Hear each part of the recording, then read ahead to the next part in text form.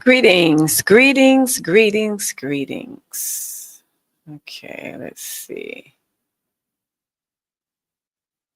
Okay, I don't see.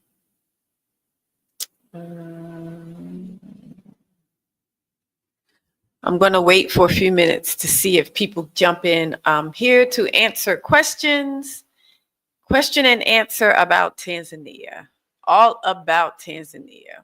Questions and answer. Q&A.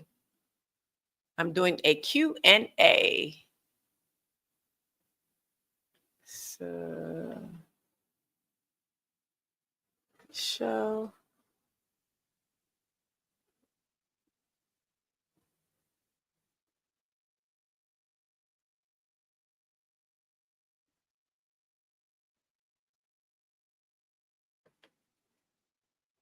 Hey, Janelle. Welcome to the live. It's just a spontaneous live. Decided to do one to answer questions for people if they have like questions about Tanzania. I know things are getting kind of crazy in the West, so I'm not sure if people may have wanted to ask some questions. I was available, so I said, let me jump on this live and just chat with people to see what they got going on, what's happening, what they have any questions for me or anything like that. So that's why I'm here. So welcome to the live stream this evening. Comment show up on this example. Click on the comment to show it on screen. Okay.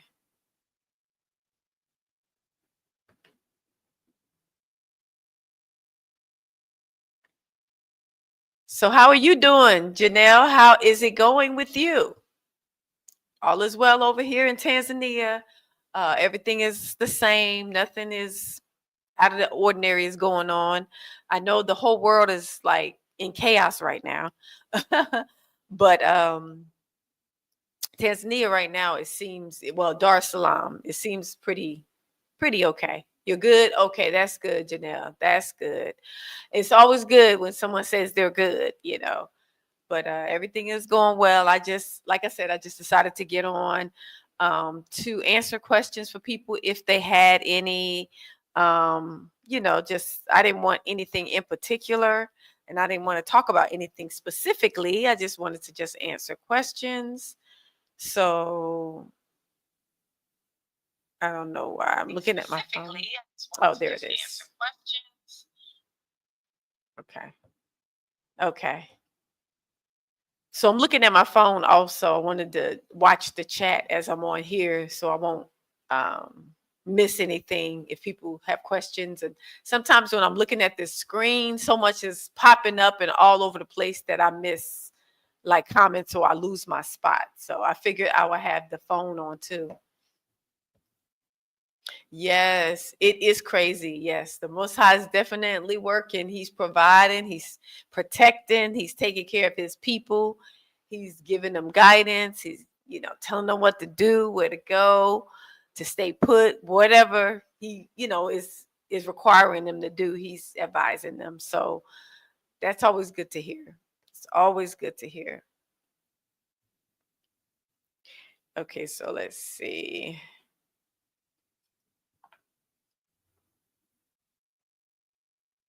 Okay. Yep. So you guys don't forget to like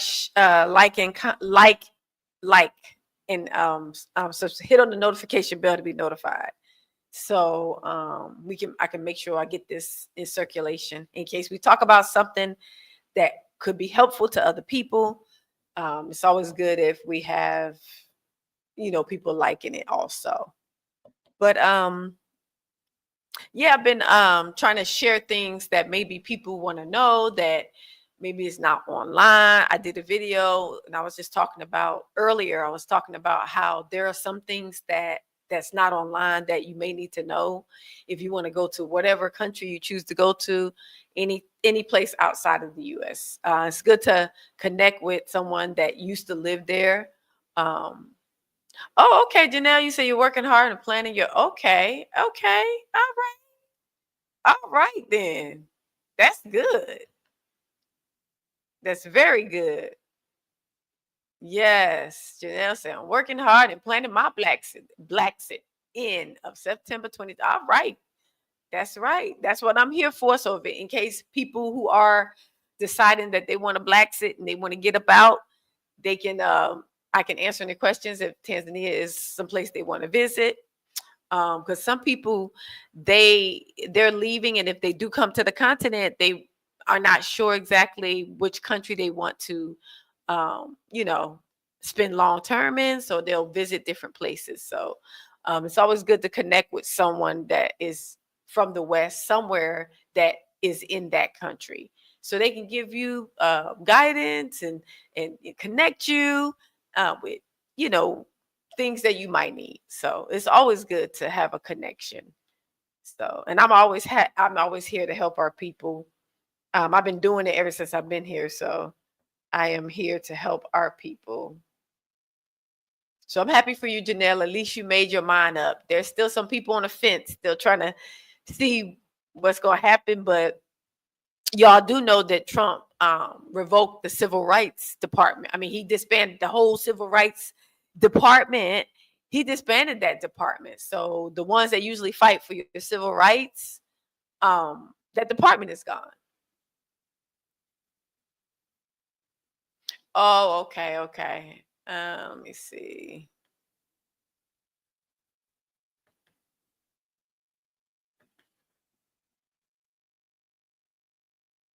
Let me see.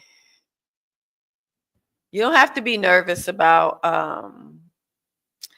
okay, so Janelle said Tanzania is where she's going, is where is is where she's going. She said, I'm nervous about dealing with immigration and how to interact with them and get in the country. Oh, it's not a problem. You coming in, you know, they may ask you a few questions. They may ask you like they may ask you like how long are you staying, and where are you staying. They may ask you something like that, but they're not they're nice, you know, they're nice. I think they've been giving some of the men a hard time, some of the younger men, but they may ask you that, and other than that, they're nice. They speak, and then they send you on to get your visa on arrival. So it's not from what I heard, people been coming in a lot. Like I've been connecting with people that have been visiting, and they haven't had any problems. You know, they just may ask you a few questions, and so they may ask you if you have a return ticket, or they may ask you how long you staying. They may say something like that, how long you staying, and you can say whatever, 2 weeks or 90 days or whatever you know, because you get 90 days, and then that's it. You don't want to divulge information. You just answer their question, and that's all you say. You keep it, you know, keep it mum's the word. You don't have to tell all your plans and all this stuff. Yeah, it's not good to do that. It's just good to answer. If they ask you questions, answer them. If they don't ask you questions, you can speak, and that's it. You don't have to make small talk with them. You don't have to try to chit chat. You just speak, hey, how you doing, and keep it moving. No, hey, welcome to the live. Cerulean Electric Throne, welcome. No, they don't ask. Well, you don't have to have vaccines to come here to Tanzania. There's no vaccines required, so they don't ask about that. They usually just ask, how long are you staying and where are you staying? So if you're staying in a hotel, you just make sure you have the name of the place you're staying. Airbnb, staying at Airbnb here. You're welcome. You just, you know, tell them where you're staying, and then they'll go ahead and send you over to get your visa on arrival, and that's $100. So, and that's good. That's a multi visa in and out of the country. It's good for a whole year. So, but yeah, you don't want to chat too much. You don't want to divulge any information, none. You just speak and that's it. That's all you say. And I know for us in the States, we used to chatting, and sometimes we're so excited, but you don't want to do that at immigration. You just go in, hey, hi, and then they do whatever, and then they might, whatever they ask you, you just answer them. Don't answer anymore. Just answer exactly what they ask you, and that's it. Don't divulge no extra information. Don't say nothing extra. Answer the question and keep it moving. Speak, and that's it. Yeah, keep your conversation with immigration to a minimum. Yeah, you just have the friend's address, and you can, you just let them know I'm staying at this Airbnb. Because if you're staying with a friend, that's an Airbnb. I'm staying at an Airbnb, and this is the address. And you just give them the address where you're staying at an Airbnb. So that's all you say. Staying for 2 weeks at an Airbnb at this address. Or a, what you call it, lodge. Airbnb, a lodge, bed and breakfast for and here's the address. Just write the address down and say, here's the address. They don't do any like calling or anything like that. They just want to know that you have a place to stay. They want to know that you have some place that they want to know that you have a place to stay. So instead of saying I'm staying with a friend, it's best to just say I'm staying at like an Airbnb, or I'm staying at a bed and breakfast or a lodge or something like that, because it's kind of the same thing. So it's best to do it that way.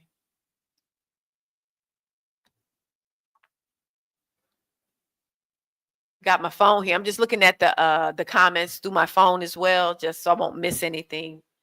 Oh, you're welcome.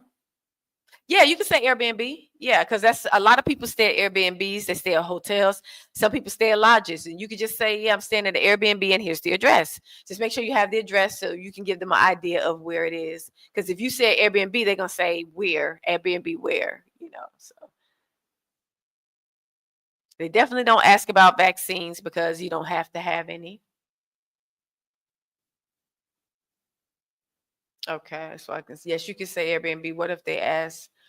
If they ask for should I get a bus to a border country? That would be good. You could just say that you're traveling the continent, and you could just show them the ticket. Staying here this amount of time, and then you leave. And just as long as you show them a ticket where you're leaving, going somewhere else, you'll be fine. Because they may not ask you for it, but then they may ask you for it. Just have it, just in case. Or thank you so much. You can email me and I can give you something to show that you have a return ticket. But you got to email me because I can't give details. So if you email me at diasporaconnect0@gmail.com, I can send you something. So I bring for 2 months. You can bring as much as you can afford to bring. Bring as much as you can afford to bring, because it's not that expensive. But wait a minute, you don't want to bring. Well, you can get.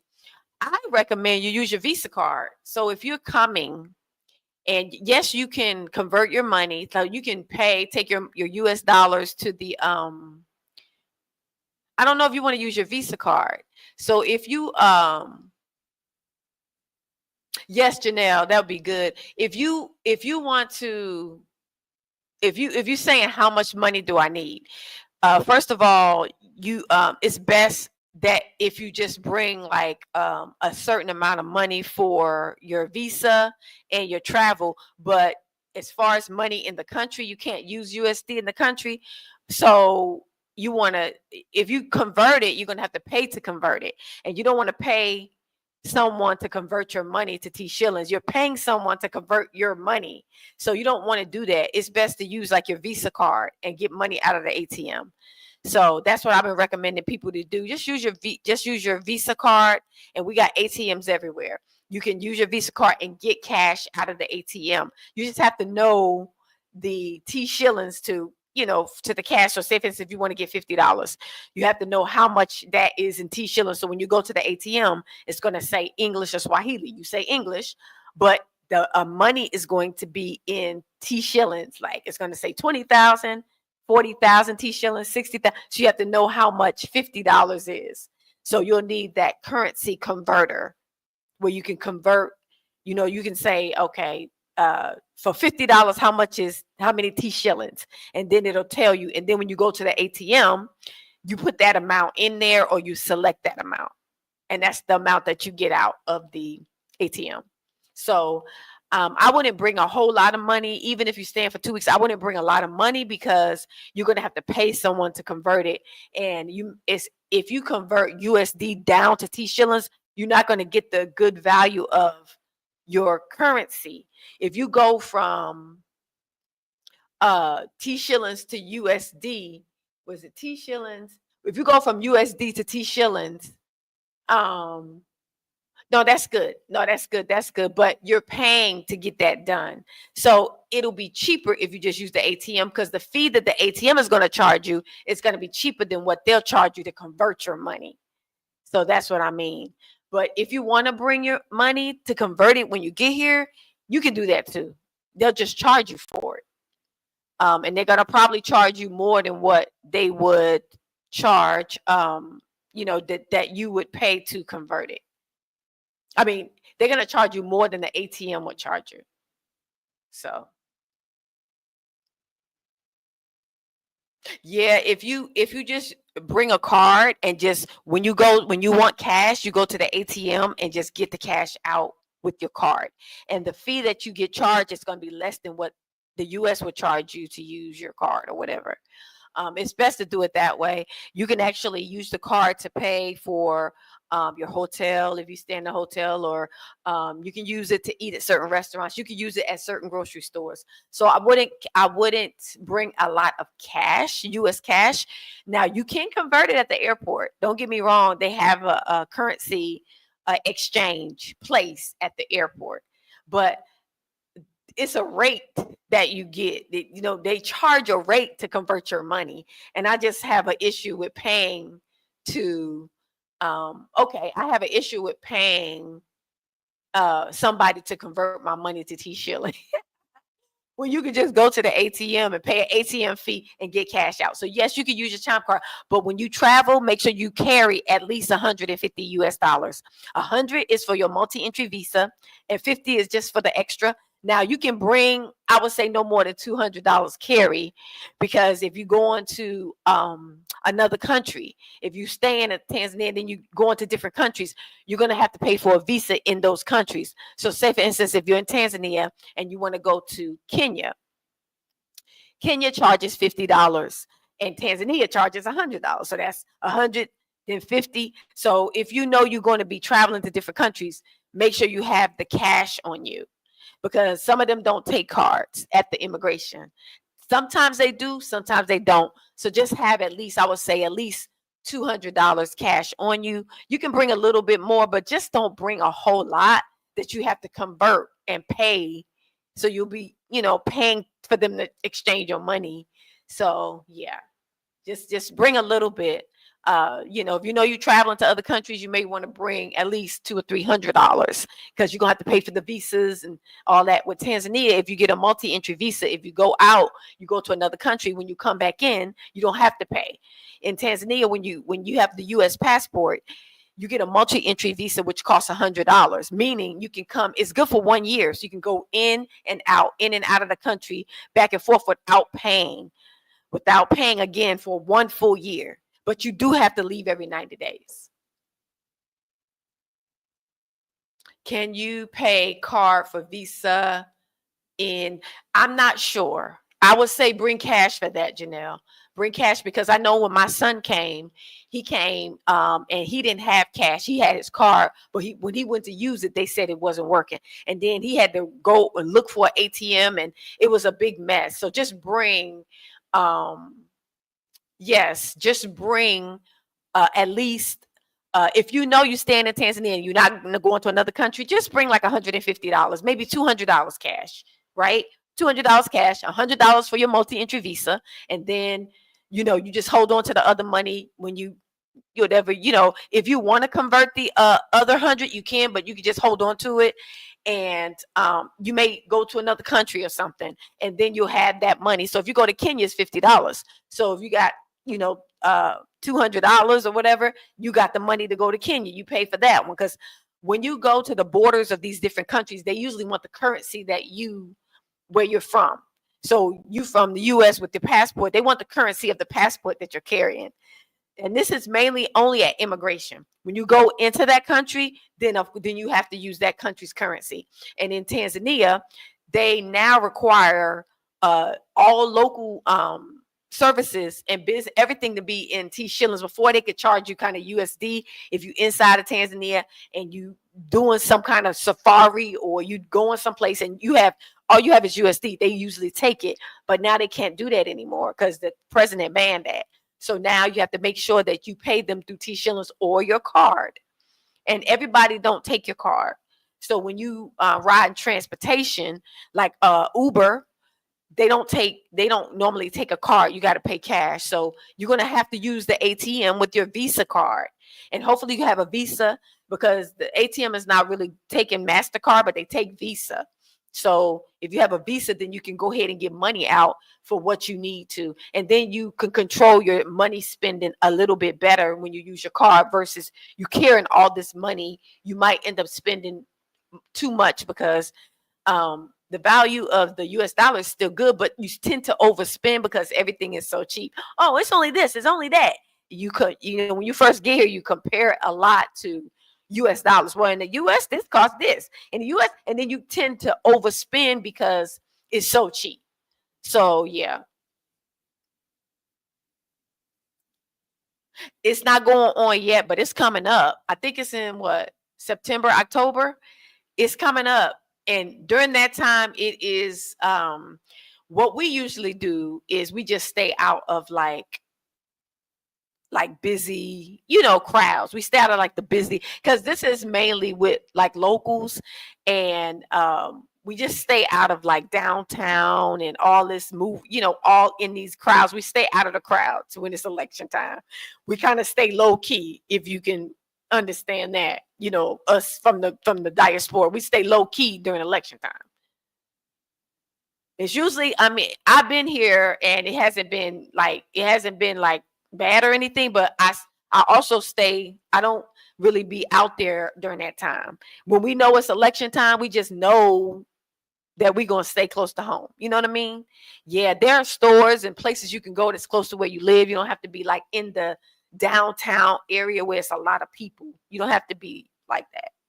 So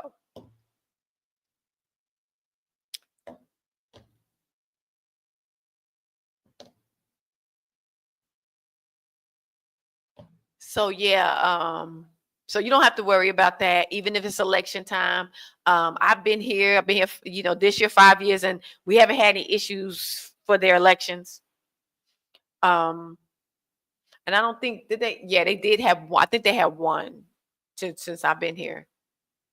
And Magufuli got back in again. But yeah. We stay out of we stay low key. And most of us, even, we got people in Kenya, when they had all that going on with that bill, people were staying low key, because it's not in every place. It's usually in like the major cities with a lot of people gathering. So, but you don't have to worry about that. It's very peaceful here. It's very peaceful. But of course, you want to use wisdom. That's why it's good to connect with someone that's here. They can give you like the pointers and tips that a lot of the stuff, and I think I did a video about that, a lot of the stuff that we can share with you, we can't share online. You have to understand, we can't share everything online. So that's why it's kind of good when you do consultations with people, because they can give you the personal tea of, watch this, don't do that, some stuff you just can't share online. People be acting, feeling some kind of way and this, that. So it's more of a personal thing to the person that is coming. They, it's good for them to know some things. So, but yes, Karibu family, Karibu Sana, you are welcome to Tanzania. They love tourism. So they're very happy to see people, like, that's something that they welcome. They like tourism.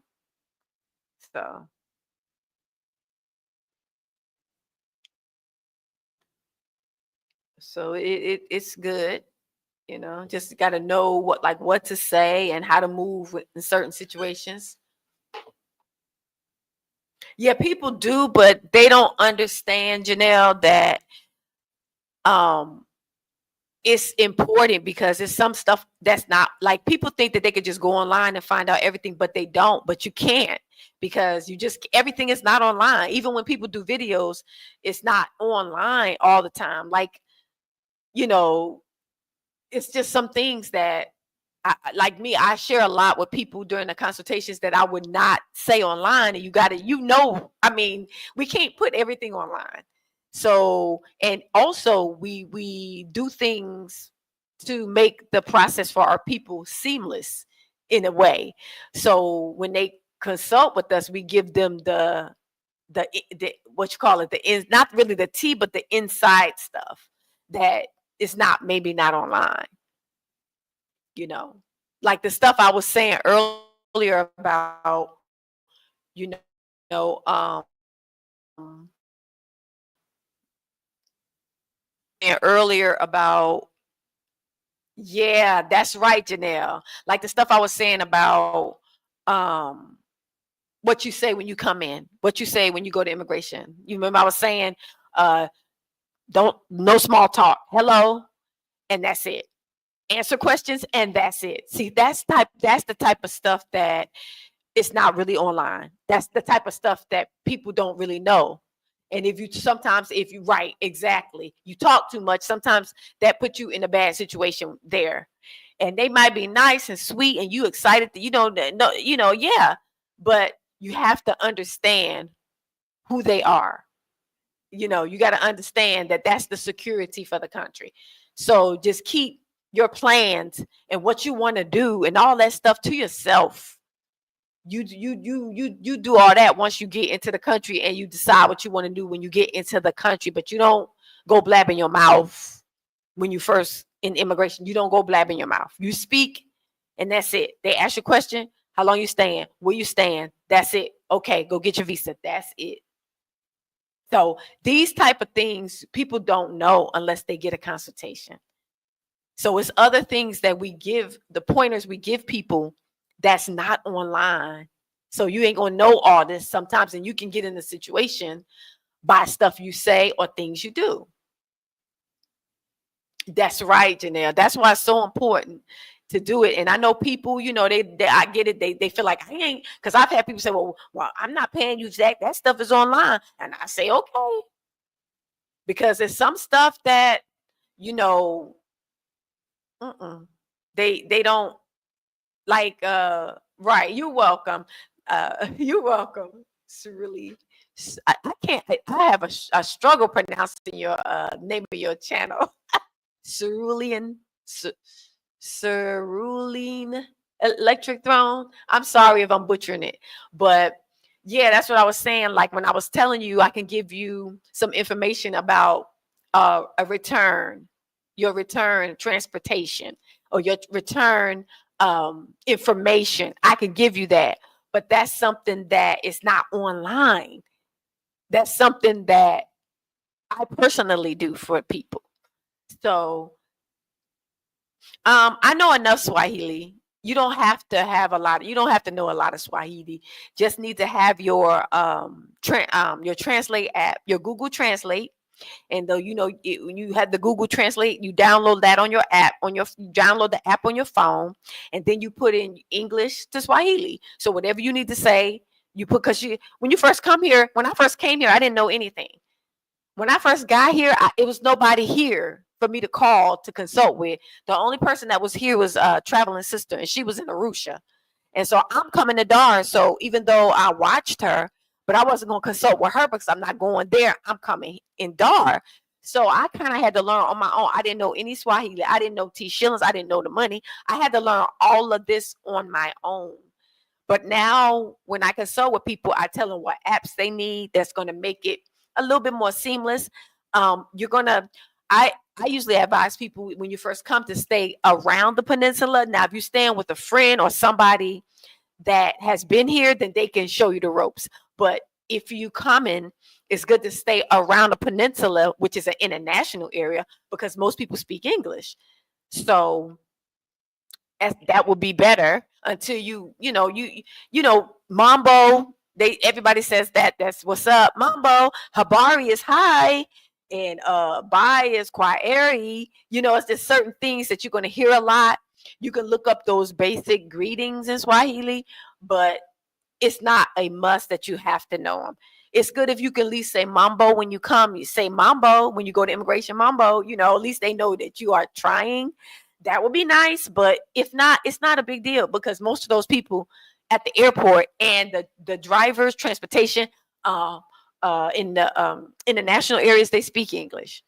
The only time they really don't speak is when you start moving away from the peninsula into the interior of the country. Then that's when the Swahili is not.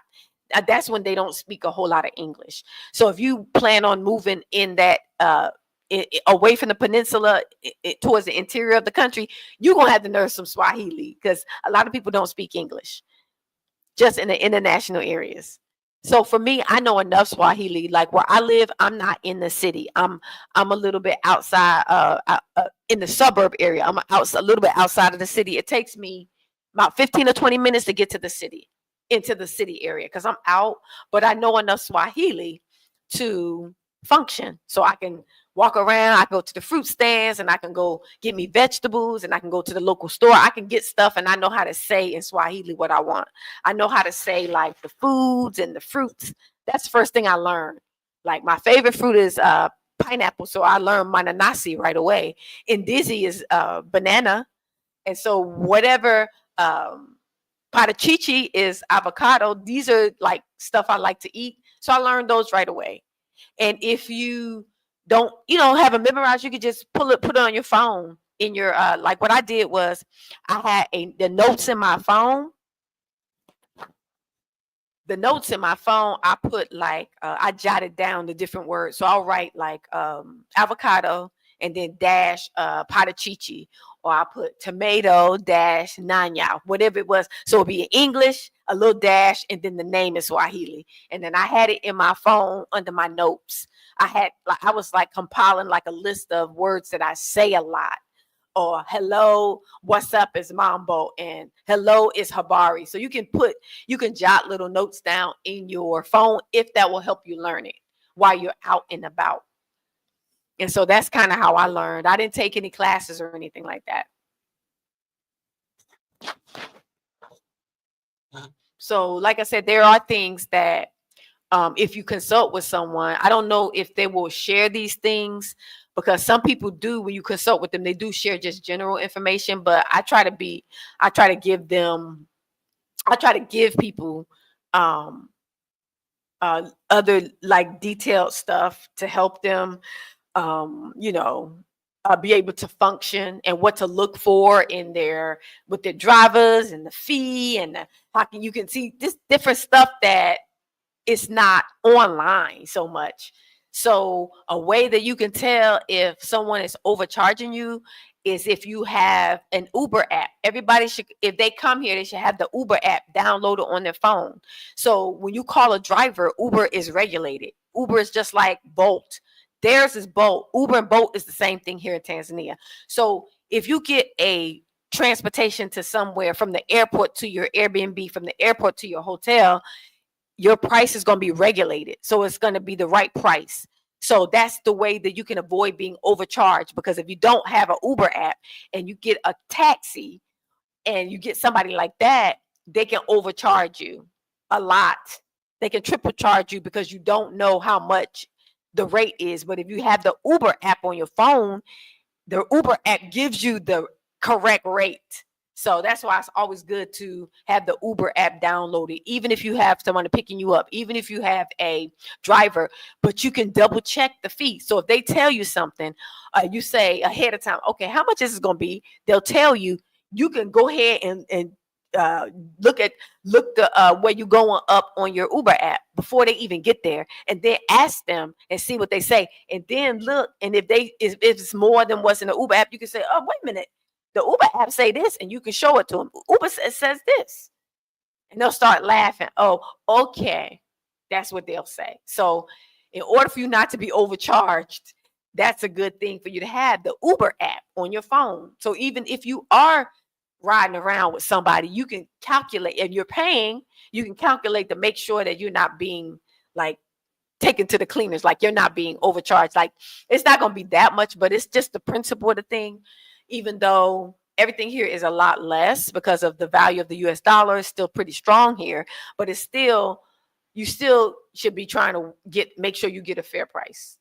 So because yeah, any chance people get to overcharge you, it's going to happen. So you got to have those apps, you know, your currency conversion app, your Google Translate app, your Uber app, your your apps to transfer money.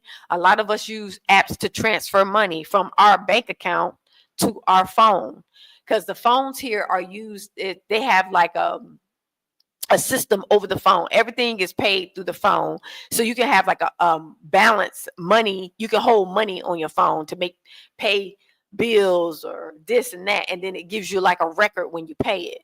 So a lot of us use like third-party apps like World Remit, Sendwave, Remitly. These apps, what they do is it's like a transfer money app. It's like a transfer money app. So it grabs money from your bank account and it drops the money in your phone.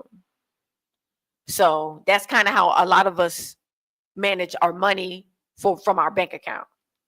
You don't necessarily, well, you can, it's not like you connect it to your bank account, but it has your bank account information in that app. And so whenever you request, it can go grab the amount you want and drop it in your phone. Something, it's like that.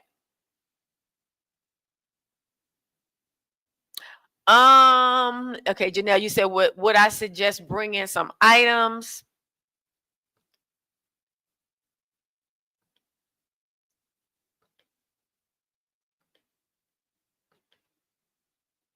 Okay. They have everything here. There's nothing here that okay, there we go.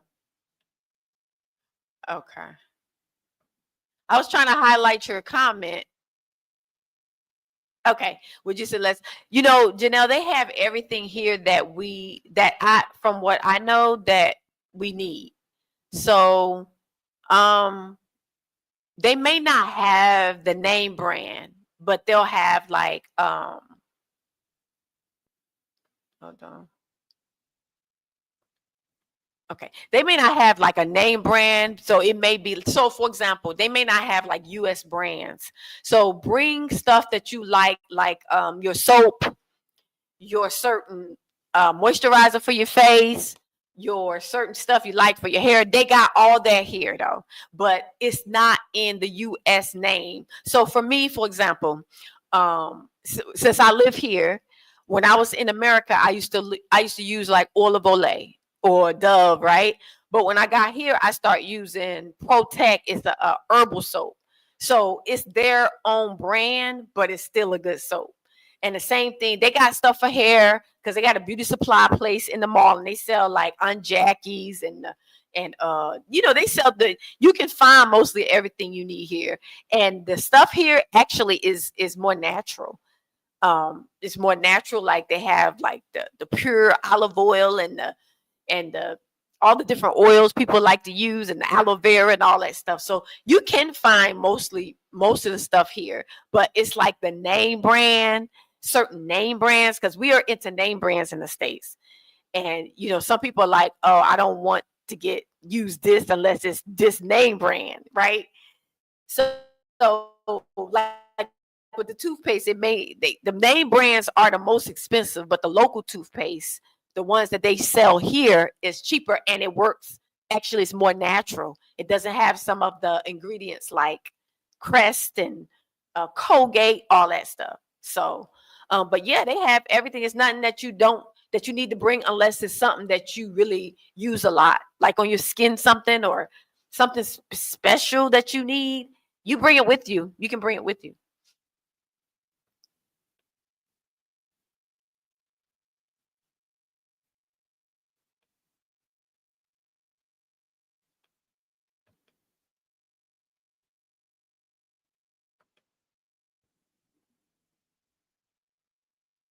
I get adjust to local. Okay. Live. You can start important comments. Yeah, when you get once you get here, right, and you get adjusted to their products, and especially if you like connect with connect with us, we usually tell you what's a good brand. So if you come, right, and you run low on the certain soap you like, then I can say, well, I use Protect and it's a herbal soap, and here it is. Like, we suggest that to each other. So those things are not a problem. Everything that we use in the West, you can find it here. um they don't have a lot of generators, electric generators. I noticed that they don't have a lot of they have the gas generators, those big ones. So if you the type of person that, if you want a generator because the electricity might go out and you want a small one, it's probably best to get that and bring that. Personal food items like snacks. They got snacks here, but it may not be the snacks like you might like. So if you got certain snacks you like, you might want to bring those. Yeah, certain favorite foods that you like. They got stuff because they don't eat a lot of junk here. They don't eat a lot of sweets here. They have like baked goods, but they're not sweet. So if you got this craving for certain things, you might want to bring some with you, some certain snacks.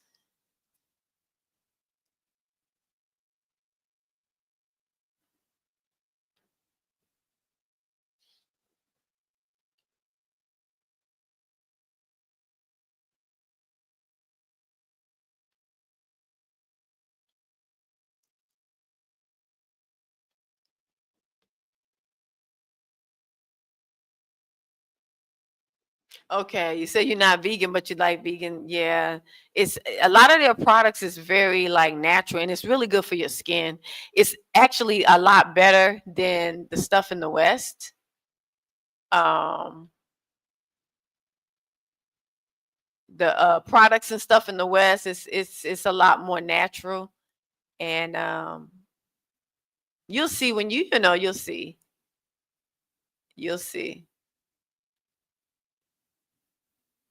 And I don't know if it's vegan products, but I don't know if they're meaning for it to be vegan. I just think that they're very simple, and they don't use a lot of stuff. They are like a one product person. So they'll do like aloe vera, or they'll do like olive oil, or they don't really do like a lot of mixing of a lot of stuff. So if you want something like that, you yourself can go get this oil, that oil, this oil, and mix it together for your skin or your hair or whatever. But they're really simple with the way they do stuff with their products.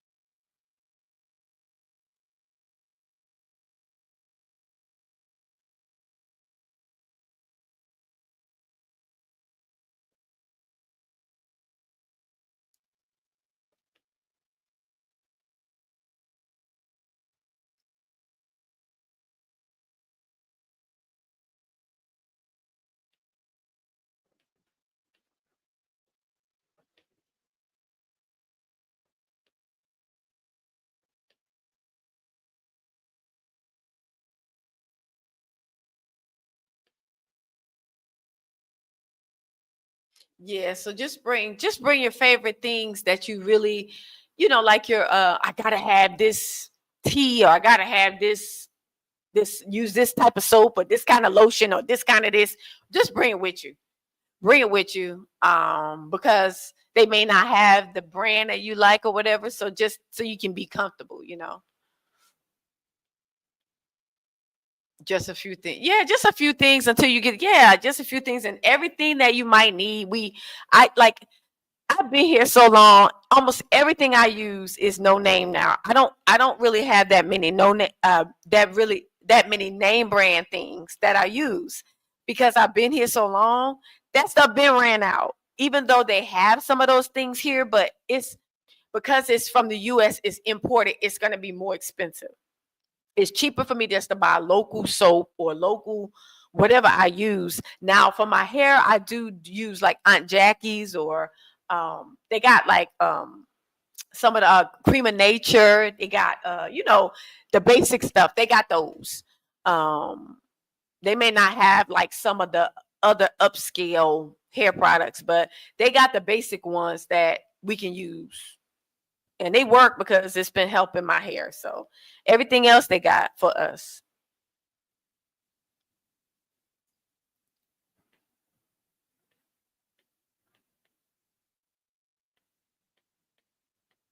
How can I book a session? You can book a session by emailing me at diasporaconnect0@gmail.com. Diaspora. Let me put my email address in here. diasporaconnect0@gmail.com.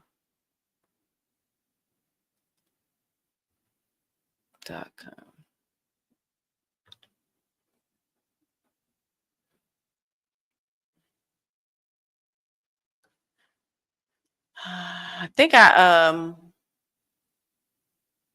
think I went and go. I think I put a.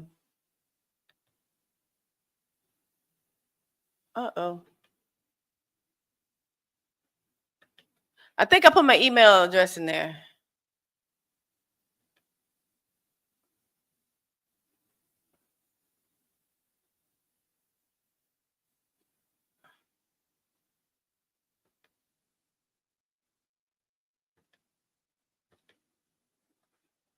Yeah, I put my email address in there. So email me and then we can do a consultation for you for next week.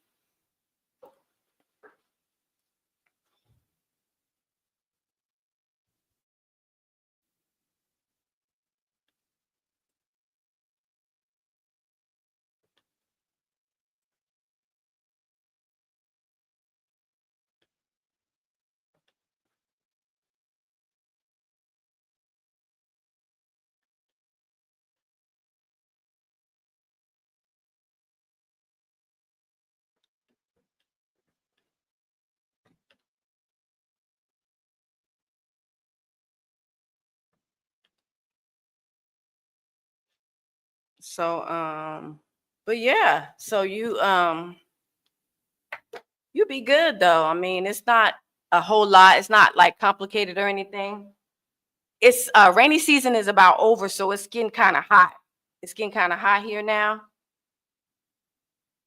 I think rainy season is over this month. I think there's two rainy seasons, a short one and a long one. The long one is about to be over in this month. So when you come, it's gonna be hot. It's getting hot. But that's the weather here because there's beaches everywhere. We're around the water, so it's good.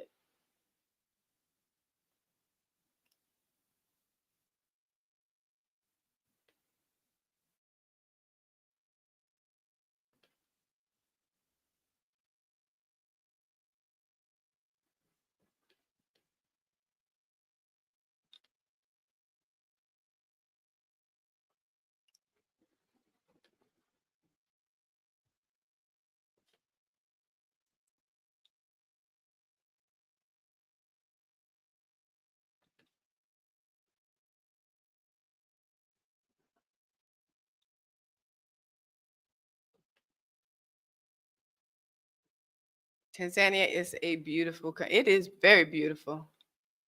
It's very beautiful, a very beautiful country. Very beautiful. I love it. I've been here 5 years and I haven't even considered. Oh, hi. Welcome into the chat. Gebra one. Gebra one. Welcome. It is a struggle with women's. Wait a minute. Let me see. I'm missing. Wait a minute. Let me. let me see. Yes, I heard there's electric. Yes. Upset for pain. Okay, wait a minute. Let me catch up on everything. I lost my place. Advice for adapting to Tanzania. Um, let me see something. Americans obnoxious and you're gonna leave me on read. Oh no, Gebra one. No, I'm trying to find. I got lost in my comments, and I'm still trying to learn how to maneuver through these comments here. I'm not gonna leave you. Okay, wait a minute. What the website is? Okay. So no, the Americans don't be acting obnoxious like they used to.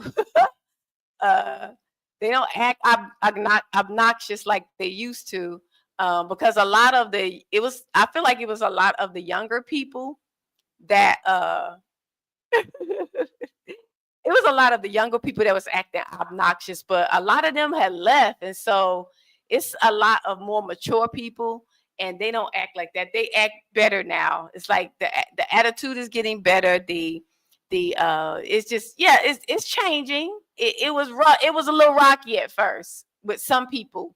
It was rocky at first with some people, but it's gotten better. Advice for adapting to Tanzania. Um, it's a modest country, so it's modest. So you, as a lady, keep that in mind, and how you dressed. How you dress, you know, you don't want people staring at you. You want to be comfortable, and you want to blend in, so you want to dress modestly.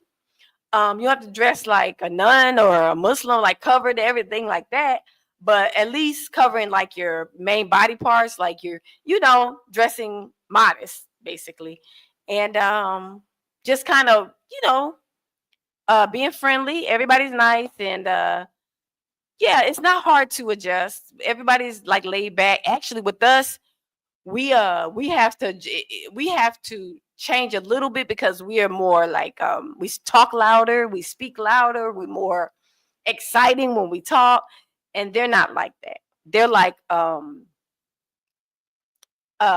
passive. I ain't gonna say passive aggressive, but they're like very calm.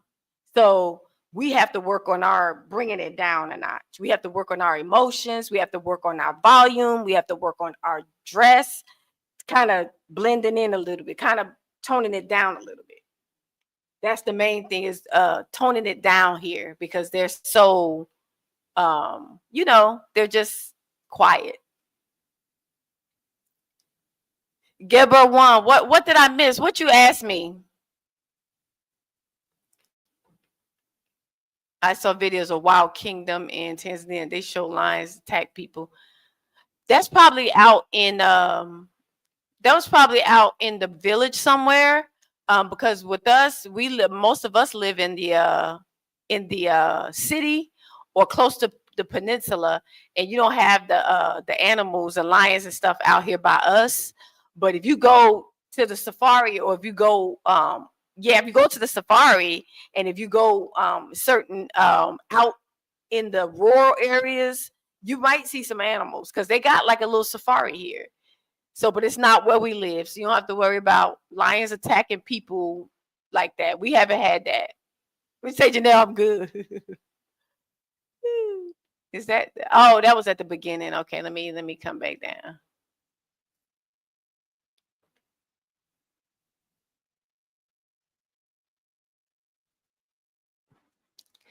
Okay, what did you ask, Gibra? Ask one more time.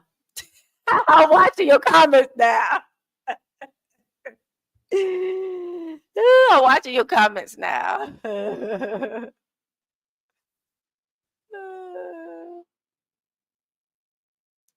Y'all see goats, chickens, and cows? Yes, we do. They walk up and down the street. They're not really tied up. They're loose. So they be walking on the street and people wait for them and they be walking on the side of the road. Yeah, they don't really tie the animals up like that. So we do see all those different animals. And it's kind of nice. It's kind of nice.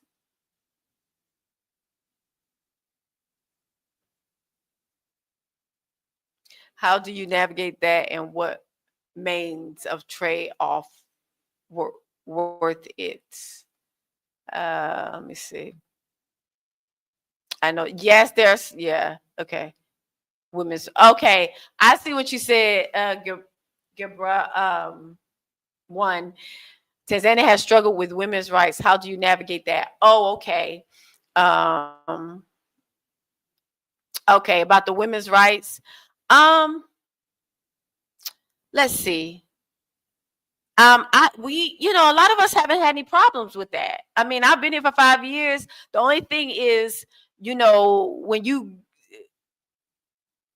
okay, the only thing is like you just know certain things. Like, say for instance, when I go to the bank, if I go to the bank and there are men in there, 9 times out of 10 they're gonna take them before me, right? I could be there before them, right? But if they come in after me and I'm at the bank, they're gonna take them before me. So what I do is I observe what the culture and how they do things, and I just wait. Like, I'm never like in a rush, in a hurry, because everything is slow here. But it's the way that they do things like that. When it comes to service, they cater to the men a lot. Even at restaurants, if the women are in there and some like men come in there, especially older men, they might be jumping for them, washing their hands, doing all this stuff, like serving them before us really serving them. So it's their culture, and I don't take it personal. I'm a visitor, so I just observe it and I keep it moving. Like, I don't take it personal. I don't, because it's their culture, how they do things, and we're just coming into their world as foreigners. So it's manageable. It's manageable. Just when you learn that this is a patriarchal society and you accept that and you understand that, then right, you don't take things personal because it's their culture. It's not like it's something at you personally. It's just how they do things. So you just be like, okay, no big deal. That's how they do things. And then I'm not trying to, we don't make it a habit to try to change them and make them do things how we like to do things and make them do things the way we do it in the West. We don't do that. We just let them, we see it, we observe it, and we move along. It's not that horrible for us. Like, it hasn't been like any devastating situations or anything, but I noticed it's a difference in how the cultural, the way they do things, the men come first and stuff. So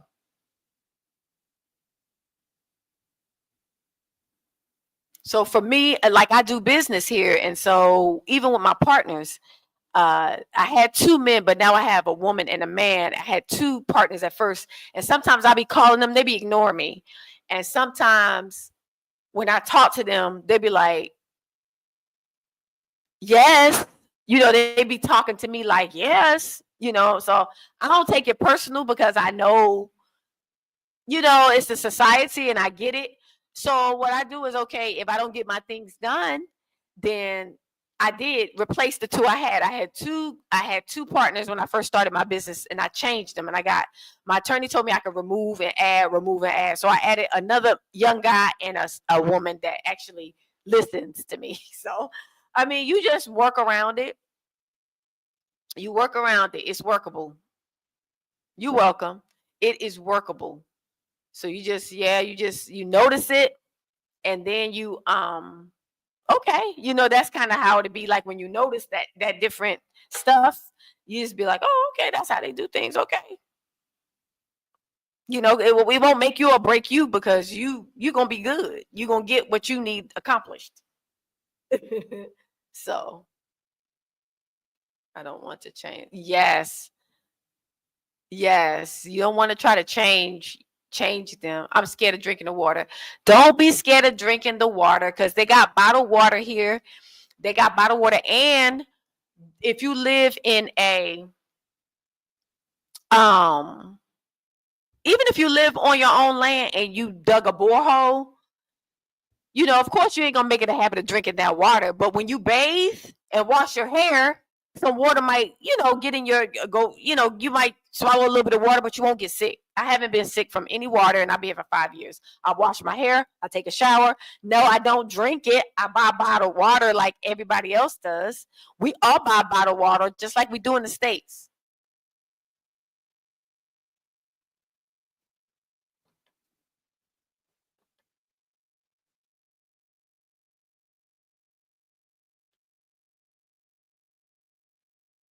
So accept it or keep it moving. Let me see. Let me see what. Looking for a place. I don't. Right. Exactly. Yeah, that's one thing you don't have to deal with is this white supremacist race soldier stuff over here. Yep, you don't have to deal with that over here. So anything else that I have experienced over here is not as bad as that to me. I feel like the race soldier situation and the white supremacist situation, that's the worst for me. Like, that's something that I really despise. I've always hated that. But when I'm over here, when I deal with other stuff, it's not even close to as bad as that. Because they're going to take an older man before you. He is the elder. You know what I'm saying? Or they might take a man. It's okay. It's not the end of the world. You're still going to get done what you need done. And it's not like they're doing it because of the color of your skin.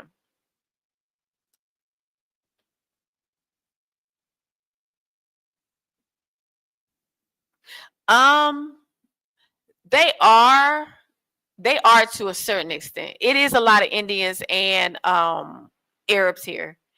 And that when you say you hope the Tanzanians are running the country, the Tanzanians, they run it, but the Tanzanians are not all African. You got a lot of Tanzanians who are Indians. You got a lot of Tanzanians who are Arabs. And a lot of the Arabs, they run a lot of the stuff here. They do. One of the richest men here is Arab. So, but he's Tanzanian. He was born here. Just like we was born in America. Our ancestors, if you believe our ancestors were, brought there, or some of us was indigenous. So we've been there. So yeah, I think I will. I think I would like to. Yes, she is strong. The president is very strong. She stand on business, just like the president of what's the other female of Namibia? She's standing on the sister standing on business. Because they are breaking boundaries. They are the first women president. So yeah, they got to do something, So it's a good thing. And but one, you said, do you think I stay? I would like to stay. I've been here 5 years, and I don't see. I mean, it's going well for me, so I don't see why. Yeah, I don't see no reason. I mean, I would never trade it for the U.S. Oh yeah, the French disrespected this. Yeah, that was wicked. They knew what they was doing. They knew what they was doing. I don't care what nobody say. They be inviting, because they always do the African presidents like that. They be inviting them to the West, and then they be mistreating them when they get over there. Have them standing up and sitting in the back. I mean, they do them dirty, but they gotta start standing up and be like, nope. They keep doing them dirty. Don't go to their country. Make them come to your country. That's what I would do. That's what Magufuli did. He didn't go visit none of them. They had to come to him. Same thing with Priori. He ain't going to none of them. They got to come to him. The president, Mama Samia, went to France, and when she was going in to security, they was trying to make her take off her hijab, and You know, she's like, I'm a Muslim, and they was trying to make her take it off. Then her people that was with her, the other government officials, was trying to explain this is the president of Tanzania, and then they had to get a call and was like, oh, I'm sorry, whatever. She didn't. She turned around. She was like, Yeah, they try to disrespect her at security, trying to make her take her hijab off. I tell you, these people, honey, they are a trip. I'm talking about these white supremacists. They are a trip, honey. Keep disrespecting our people. Keep disrespecting black women. Keep disrespecting black men. They just disrespectful. And I wouldn't even shoot. I would make them come to my country. I wouldn't be spending money to travel all the way over there for them to be rude to me. Because people do that when they get in your country. When you get in their country, they start acting funny towards you. When they, the white folk, they do that. Be all nice on the phone. You get over there and they start acting wicked towards you. That's what they do.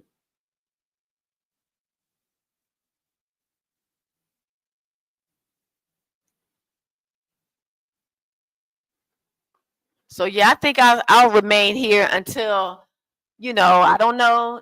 I might feel at a point that I might want to leave and go to another African country. I don't see myself going back to the U.S., but I'll see myself maybe moving to another African country. I don't know which one yet, but it's some countries towards the southern region that I want to visit, like Namibia. I would like to visit Namibia one day.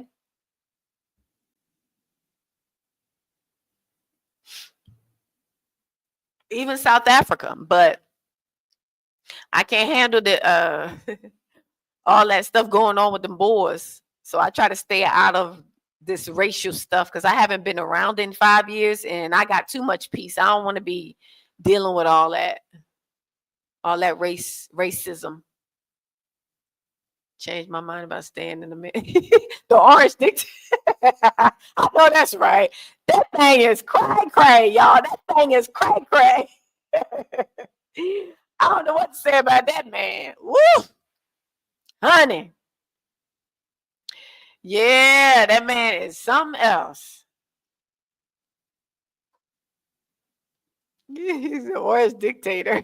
That's what it is, though. That's what it is, a dictator. Yeah, he trying to take all your rights away.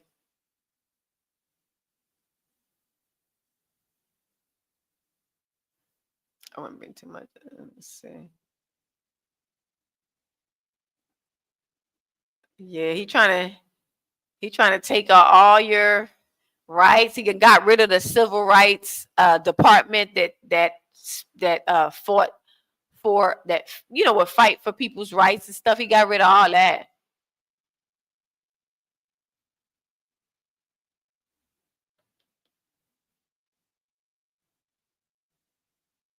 So we ain't got nobody to fight for our civil rights.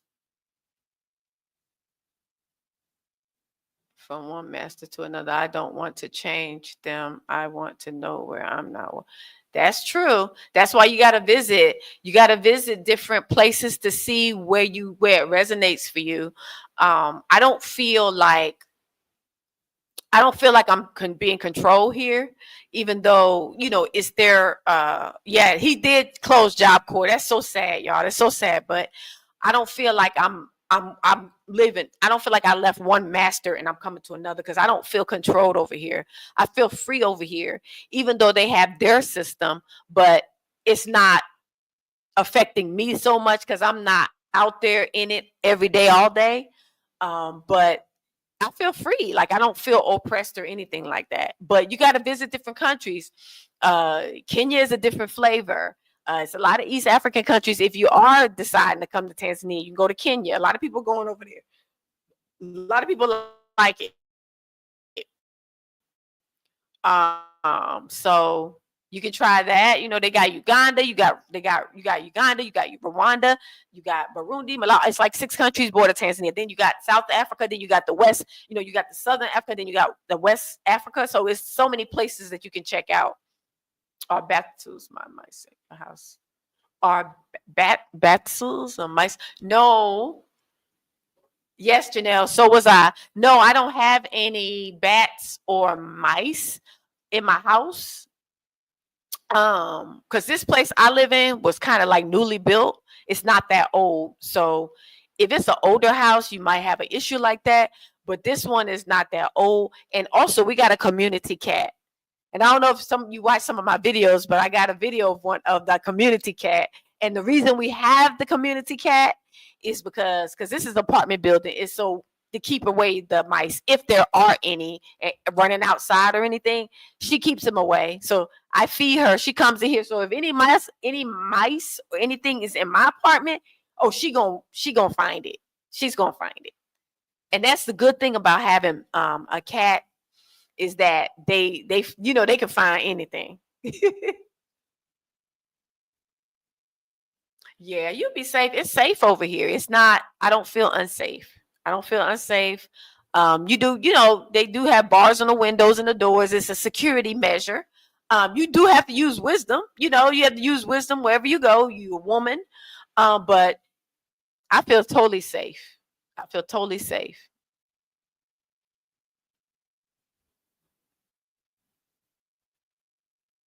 Yeah, but no mice. No mice. Oh, so I had high hopes for Rwanda a bit back, but it appeared to have deteriorated. Yeah, I was saying that too because a lot of people were saying good things about Rwanda. And then all of a sudden, it was like, oh, no DoorDash. It was like all of a sudden, people just started fading away when it comes to Rwanda or leaving. They would be there and then they would leave. No, they don't have DoorDash, but they have Pili Pili. I mean, they have a Picky Picky. It's like a motorcycle that delivers food, and they have an app called Picky Picky. It's Piki, Picky Picky, and it's kind of like DoorDash, but it's a motorcycle, and you order your food and they deliver it to you. So it's kind of like it's called Picky Picky. But if you live too far out, they won't deliver to you. But we can get deliveries here. So if you wherever you live, you should be able to get a delivery. So it's not called DoorDash, but it's kind of like Picky Picky. They got their own version. Yep, they got their own little version. That's the one deal with bugs. They got bugs here, Janelle. They got bugs. They got they got spiders. They got what you call those geckos. They got geckos. They got spiders. But they don't always be in your house. So it's something things that you can do to keep them out, like these incense I use. They for mosquitoes, but they keep the bugs don't like how they smell. So I'll burn them at night before I go to sleep. And some people sleep with the mosquito net over their bed. I can't do that because I feel suffocated. I feel when I have that mosquito net around my bed, I don't know. I don't know if it's psychological, but I feel like I can't breathe. So I can't sleep with that thing over me. But I usually burn an incense like an hour before I go to bed. It cleans the room out for any bugs or anything. So it's manageable with the bugs, but you just have to make sure you close your windows and all that at when before it get like right when it's getting dark. You open your windows during the day, and then before it get dark, you start closing your windows.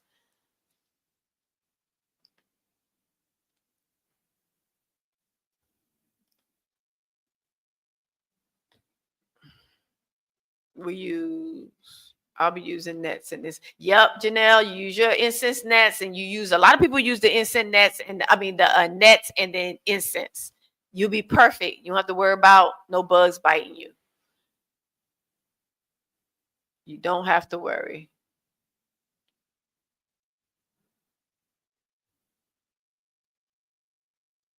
But the bugs, ooh, the bugs. Ay, ay, ay.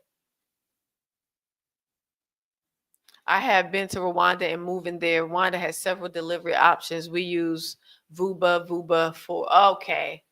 Rwanda. Okay. I've heard really good things about Rwanda, but it's like people keep leaving. It's like they'll be over there, and I'm like, then all of a sudden you see them and they talking about they left. I'm like, what's going on? They do have internet cafes here. They have internet cafes here. They have them in a lot of the city areas.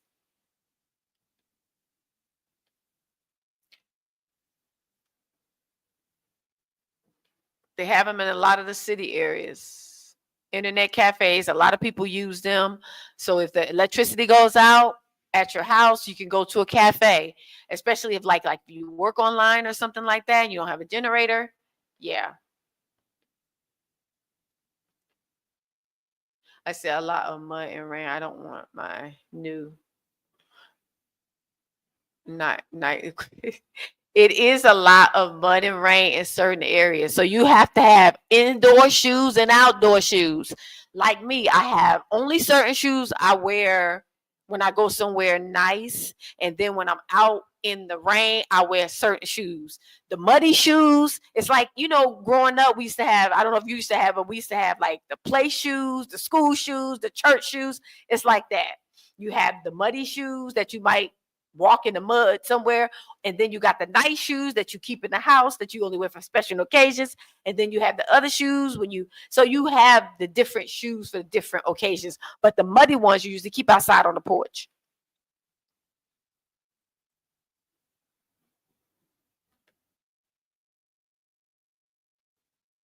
You just position your motherland, leave you alone. Yes, that's right.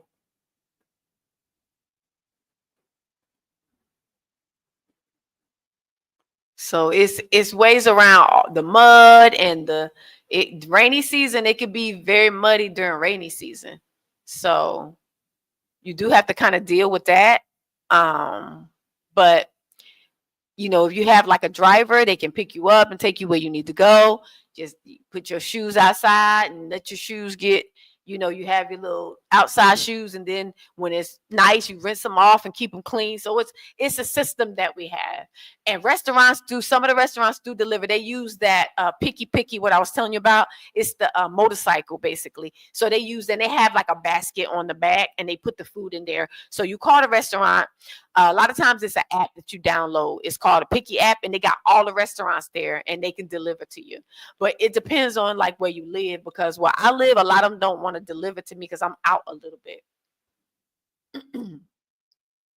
Yes, Africa definitely is rising, and yeah, Europe and America will be the next third world because they talk so dirty about Africa so much.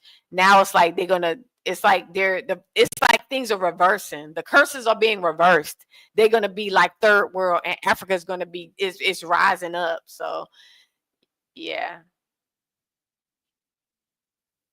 Oh, you're welcome. I'm glad. I said I was gonna be coming on here to answer questions because I know it's getting to that point where people are like, I gotta get out of here.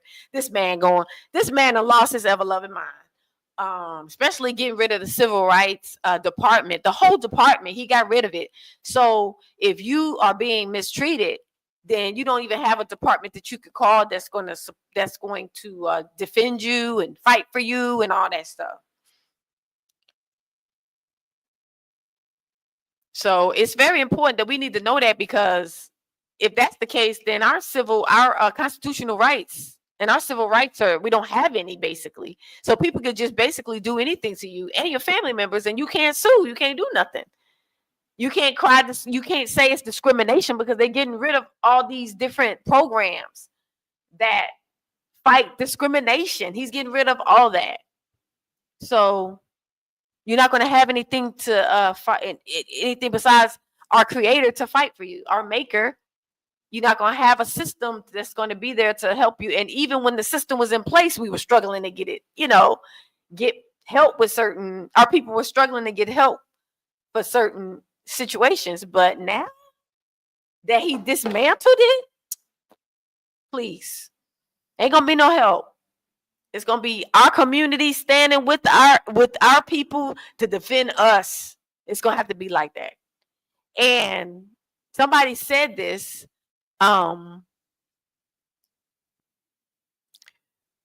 It's gonna either be civil war. You're gonna have two options: civil war or leave.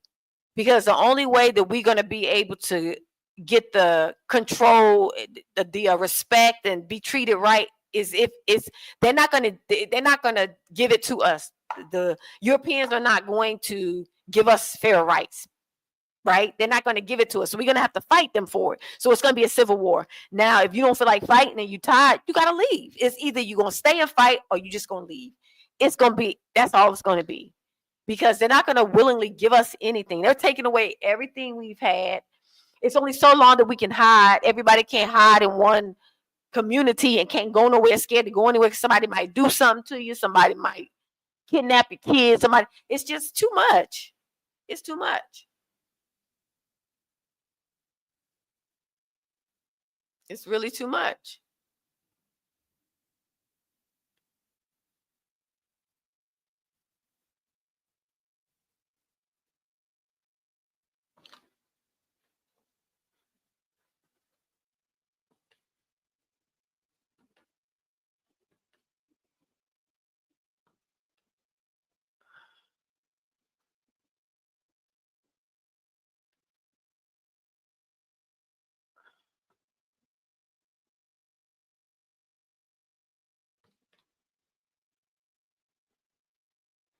I've been to Rwanda and moving to Rwanda has several deliveries. Okay, I saw that already.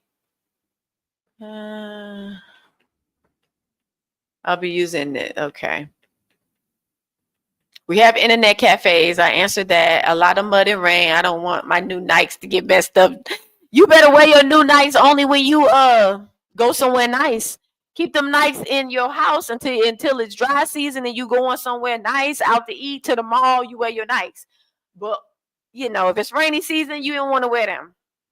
You wear your dirty shoes. You gotta have some flip-flops or some sandals, some dirty shoes. Mapambo, welcome into the chat. Welcome into the stream, I mean.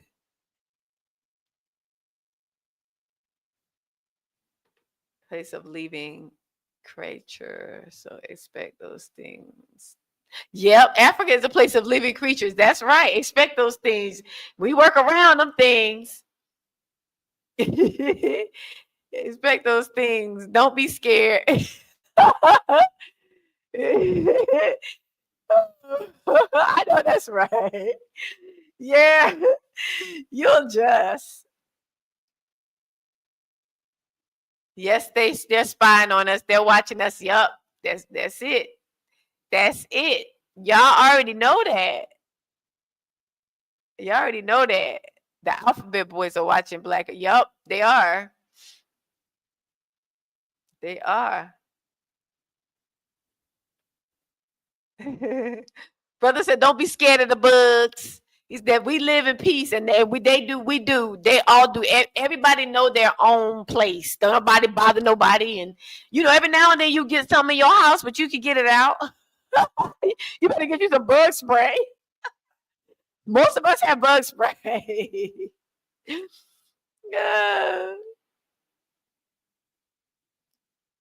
Just position your motherland and never leave you alone. That's right. That's true. That's right, brother. That's right. Yeah. That's right, Mapambo. That's right. Our motherland.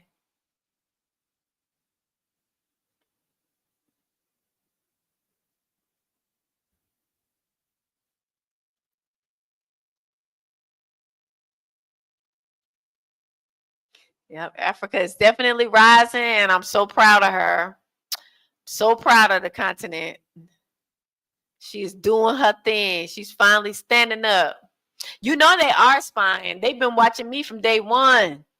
All on my channels, all in my stuff, messing with my stuff, all from day one, because I've been helping too many people come over here. So, but I feel safe over here. I didn't feel safe in the US. I feel safe here. Because I know that this country belongs to the Africans. This country is run by Africans. And Kano Bazungus come over here and run. No, they got to come over here just like we do. They come over here just like we do with a passport, go through immigration just like we do. They don't run nothing over here. Ain't no embassy over here. I mean, ain't no military base over here. It's one in Kenya, though. It's one in Kenya. I know they don't want us to, but it ain't up to them, Janelle. We gotta go. That's part of what our ancestors fought for too. People don't realize that. They think only my ancestors fought for us the freedoms to vote and all that stuff in the U.S. But they also fought for us to have freedoms to travel, to get a passport, to be able to go wherever we choose to go. That's a freedom of ours. So we don't want to stay and be submitted to a dictator. We can leave and go to whatever country we choose to with that blue passport. That's part of what our ancestors fought and died for as well. Not only for us to stay in America and keep fighting the people for the same stuff over and over again that they really are fighting us not to give us. It's not gonna work.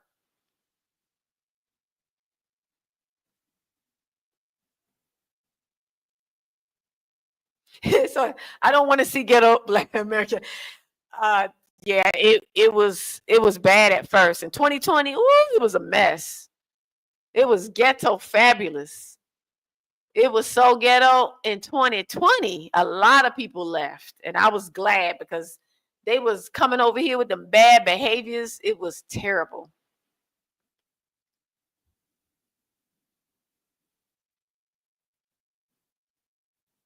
That's right. That's right. I don't want to see get. That's why I didn't travel. Yeah, you. It's good you didn't because it was a nightmare on Elm Street with all those with the ghetto crew up in here, Pookie and Ray Ray over here. Ooh, it was terrible. It was terrible. But a lot of them left, and the good ones remained. Yeah, our ancestors were forced to build wealth for them, and for us to stay service exactly. So um it ain't only that we should stay and fight. Some people tired of fighting. Some people just want to leave. Some people just want to be free. Some people just want to have peace. I'm tired of I got tired of fighting. I'm tired of fighting these people. They can have it. They can have that place. That's how I'm like, y'all can have it. I want to leave. I want to go back to the motherland. I don't even want to fight with y'all. You want to call me the N word? All right. I'll be over here with people who look like me then. And people look like me.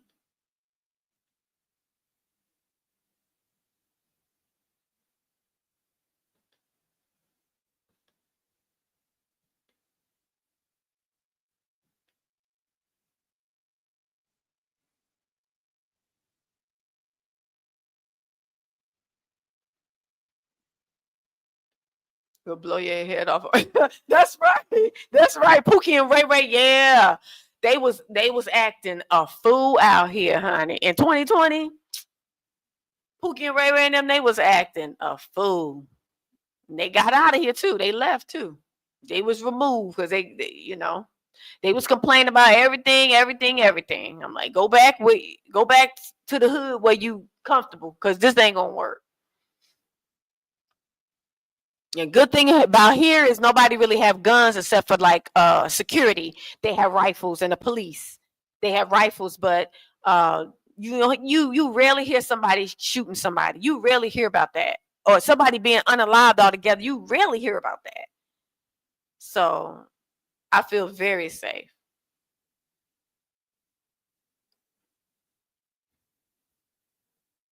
Yes, that's what Janelle, that's what Mama Africa did. She weaned them out from 2020. A whole crew came and the whole crew left, and a whole nother more mature, elder, middle-aged, more mature crew came. And even the young people that, hey Lisa, Leah, welcome.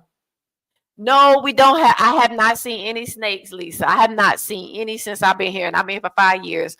Um, I've been on a couple of farms, and they said that they have seen every now and then they might see a snake here and there, but they are growing food, and they should probably have a cat. No, I'm not. No, I'm not. I'm not married. Yeah, they probably should have a cat because if they have a cat, the cat's scare the snakes away. So it's good to have a cat. Yeah, Mama Africa said, "I'm getting rid of this trash. I'm spitting you out." They had to run back crying.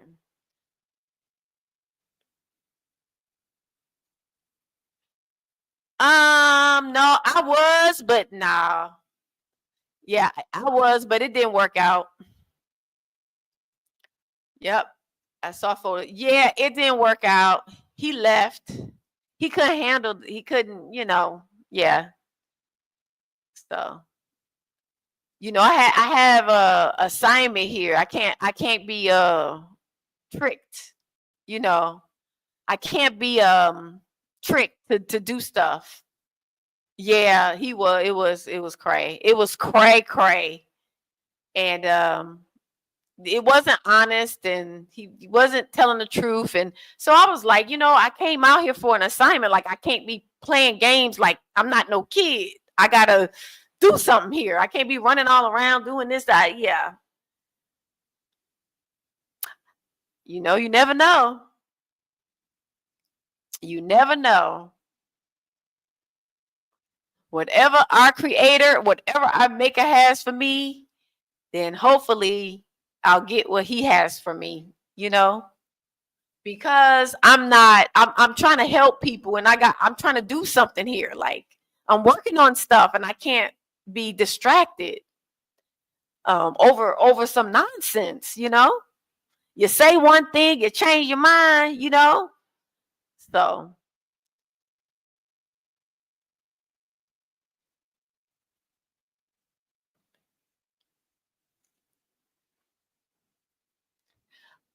it is to help those who are interested in leaving the West and relocate here to Tanzania by helping them get situated via relocation, via business, and also snakes deserve to leave their life to family. Somebody still talking about snakes. Them snakes don't be bothering you. Actually, if you get you a cat, they keep away rats and they keep away snakes. So make sure you get a little cat. You ain't gotta live in your house. You can live out, like, we got a community cat, so we ain't gotta worry about nothing because she see everything. But I have heard people who say they live out though. They live out, and they said that they grow food. So they've seen like a little snake here and there. Oh, real snakes are albino? Okay.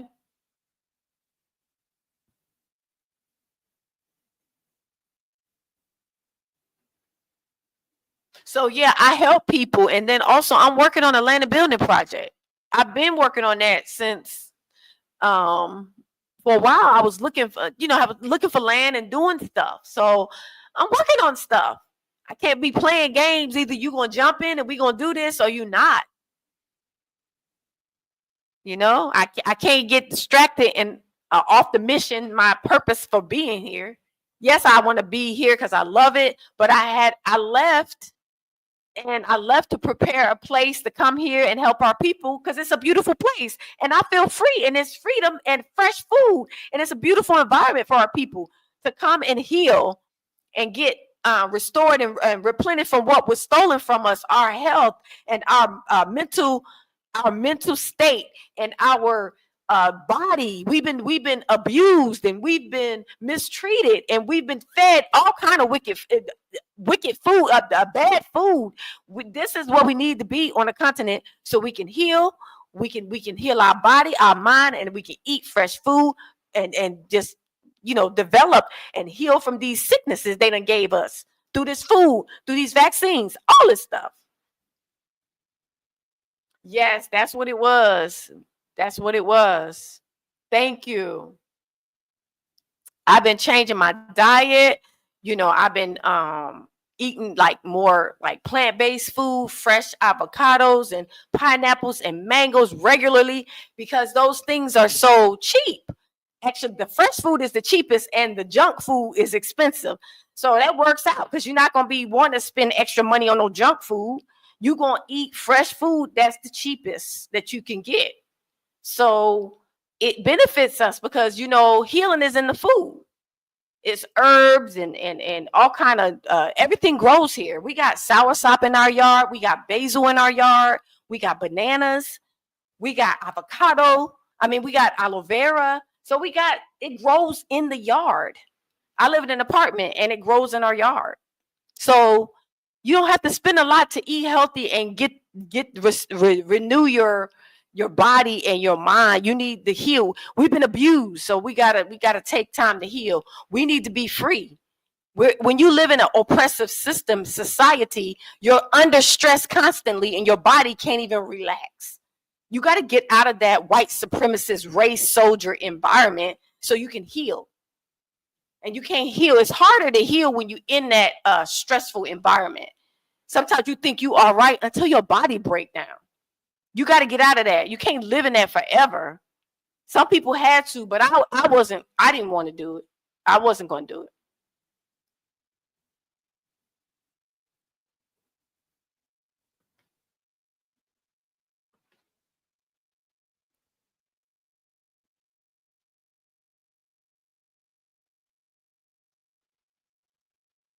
Yes.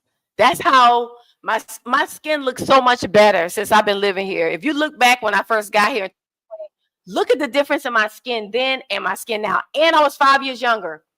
5 years younger, fam. And I look younger now than I did when I first got here because I changed my diet. The stress, no stress. Not living under slave jobs where people mistreating me, talking to me any old kind of way. I got to deal with it because I need my job, and I'm under stress constantly. Can't take days off, sick. You scared you're gonna get fired every chance. I got tired of living like that. I got tired, and I said I'm not going back. I don't miss it at all, sis. I don't miss it, y'all. I don't miss it, and it's the best decision I have ever made.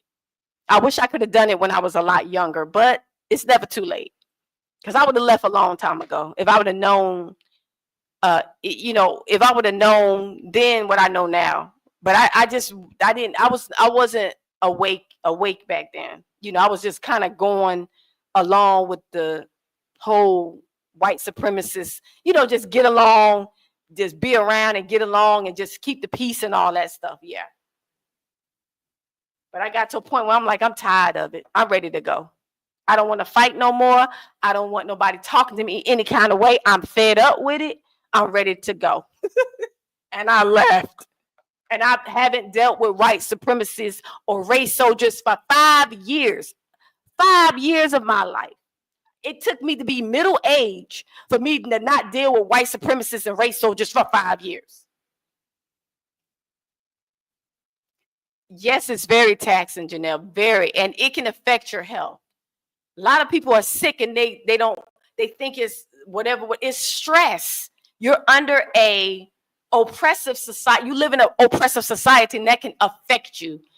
Even though we are strong, like they say, we strong black woman, this and this and that, or strong black man, this and that. But over time, it eats away at your spirit. You need to be free to be who you was created to be, to sleep, to get up when you get ready, to eat what you want, to plant, to do whatever you want.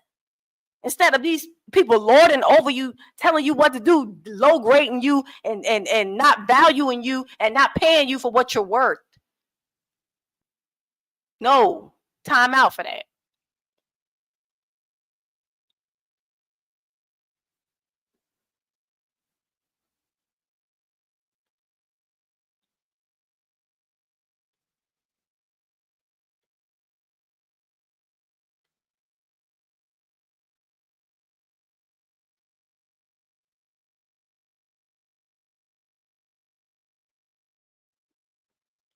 Oops.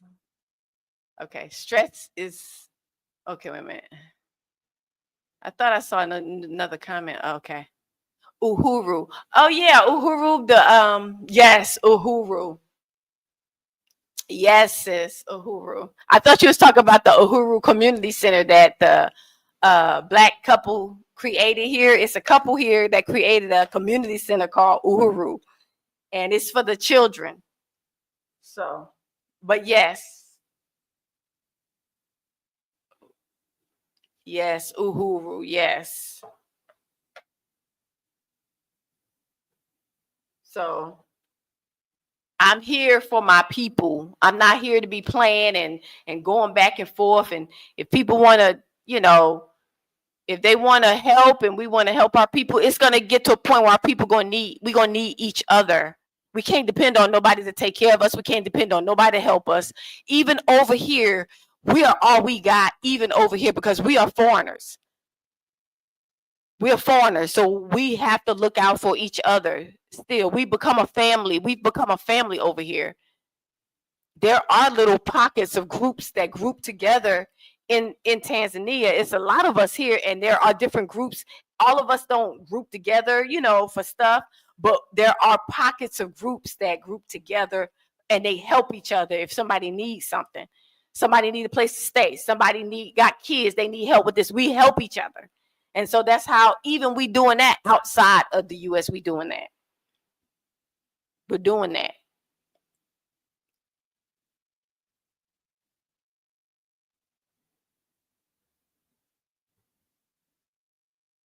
So never feel like if you come, you're going to be alone, because there's a lot of us here.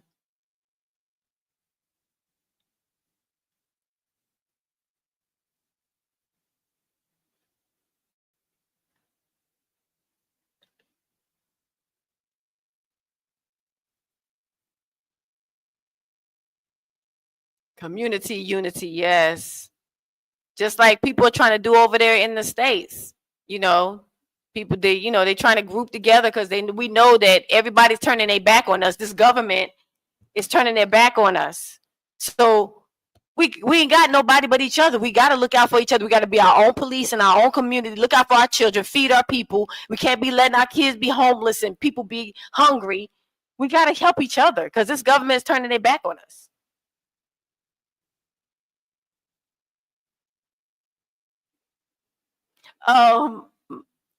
Mapambo, yes. I'm not a foreigner. I know. Africa is my home, and I do feel at home in Tanzania. But based on the passport, they consider us as foreigners. But I do feel at home here. I don't feel like it's crazy because I don't feel like I am a foreigner here. I'm not treated like that. I'm treated like I'm a local because I speak a little Swahili and I go places and I know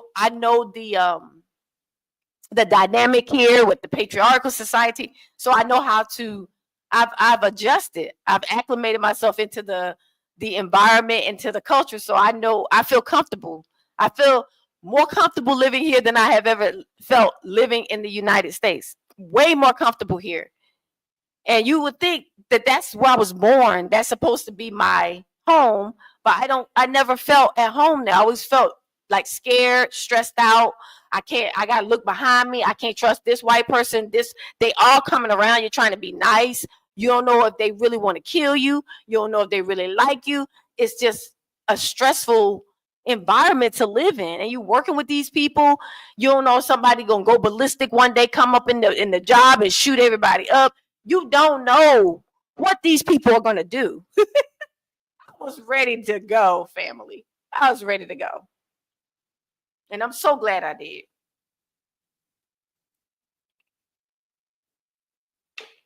So glad I did.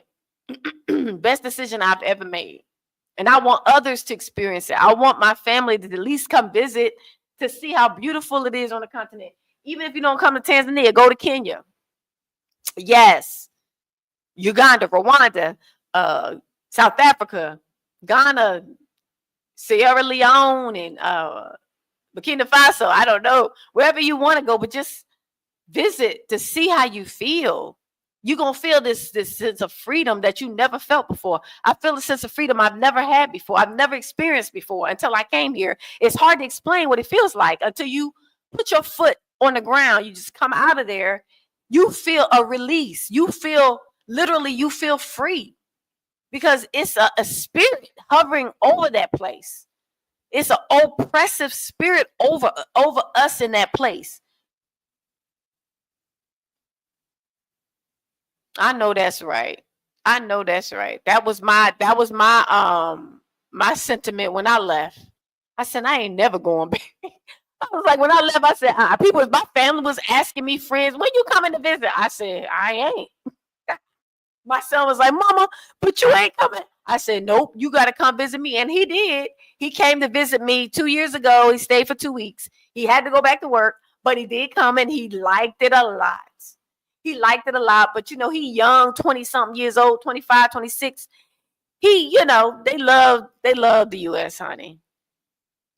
But I'm praying for him that he'll wake up one day and be like, Mama, I want to come there. you know?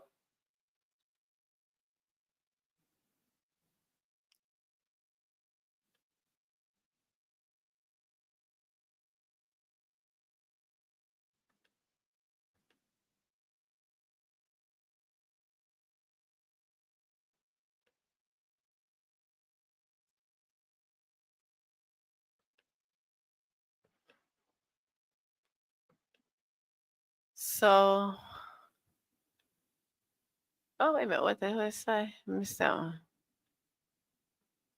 800 miles. Let's see. Because yeah, I'm sorry. I'm not really. I'm trying to get through these comments, but they're like I'm jumping from comment to comment, and I be losing my place. So I'm trying to catch up. Why? Let's see. I thought you photos. Okay, jerk. He was a jerk. Snakes deserve to live too. Yes, snakes do deserve to live. He wasn't supporting my vision. He wasn't. Yes, mentally prepare yourself, Janelle. You got the right mindset. I know I'm not a foreigner. I'm at home. Yeah, I didn't plan on going back either, sis. Why you think I've been here for 5 years? I haven't even been back yet, and I don't miss it. I don't miss it, fam. I don't miss it. People keep asking me, and I'm like, absolutely not. I love Tanzania. I love this country. This country is beautiful. It is beautiful with a capital B. And I know people say that we don't tell the bad stuff. We only talk about the good stuff. What bad stuff compared to the U.S.? What bad stuff? I felt the worst when I was in the U.S. being oppressed, scared to travel anywhere. I might go to sundown town. I can't drive nowhere. Can't do this. Can't do that because I might run into some race soldiers somewhere. I don't live like that here. I could go anywhere. I went on a bus. I took a bus trip from Tanzania to Zambia, 30-something hours on the bus. And I wasn't even speaking Swahili hardly at all, y'all. I rode a bus. I was probably the only person from the U.S. on that bus and the only English speaker possibly on that bus. But I followed with that. I just did whatever they did. Whatever the ladies got off the bus, I followed them. When they went to the bathroom, I went with them. I just followed them, and I didn't have no problems. I didn't have any problems moving around. I wasn't scared. I wasn't afraid.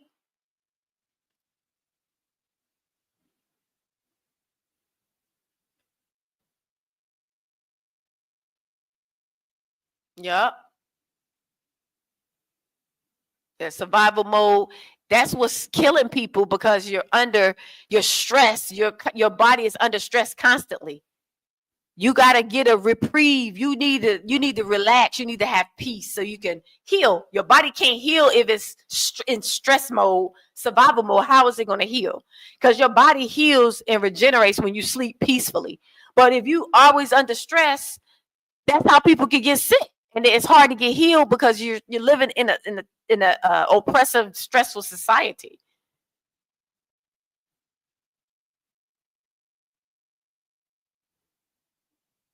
And believe me, you're going to feel welcome when you come here because they make you feel welcome. You ain't going to never say that you don't feel welcome. I feel so welcome here. I don't think I've ever felt this welcome anywhere in my life except for here. Well, when I went to Ghana, I felt welcome. I went to Ghana and I stayed in Ghana for 2 weeks. I did feel welcome. They made me feel so special. They made me feel so special when I went to Ghana. That's what made me fall in love with the continent. I was like, oh, I'm moving back to Africa. I just didn't know about Tanzania at the time.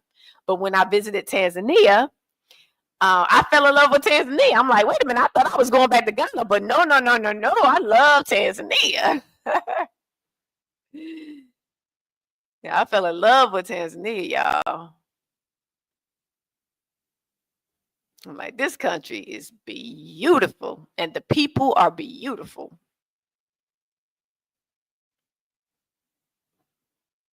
All right, family, I'm going to go ahead and end this stream. It's been nice chatting with you. I want to just do a live question and answer. I'm going to do it probably once a week, just a question and answer for those who are interested in leaving the West, any of the Western countries, and you want to come to Tanzania, you want to visit, relocate, do business, whatever. You can hit me up at diasporaconnect0@gmail.com. I put my email address in the chat and email me. Now, I do charge a fee. I charge like $60 for 60 minutes, so $1 a minute. I do charge a fee, but I give a lot of information, stuff that I can't share. We can say, I can't share a lot of it online because it's more stuff that's a little bit more personal, stuff that we have to move in silence with, if you know what I mean. It's like certain things that you talk about that you can't put online. That's the type of stuff that I share as well, that I would not dare put online, because everybody's watching. So we can't let the enemies know everything we're doing. They watching, they listening. We can't let them know everything. We gotta keep some stuff to ourselves or keep some stuff private. So, okay, family, I'm going to end this live stream, and I'll do another one maybe next week, but once a week, just in case you have questions. You can jump in and I can help you out, give you some pointers or tips. So thank you so much for jumping in. Don't forget to like and comment and like and subscribe. And so I'll see you guys next week in the next live stream or video. Have a good one. Enjoy your day. Shalom, salama, shalom. See you guys in the next one.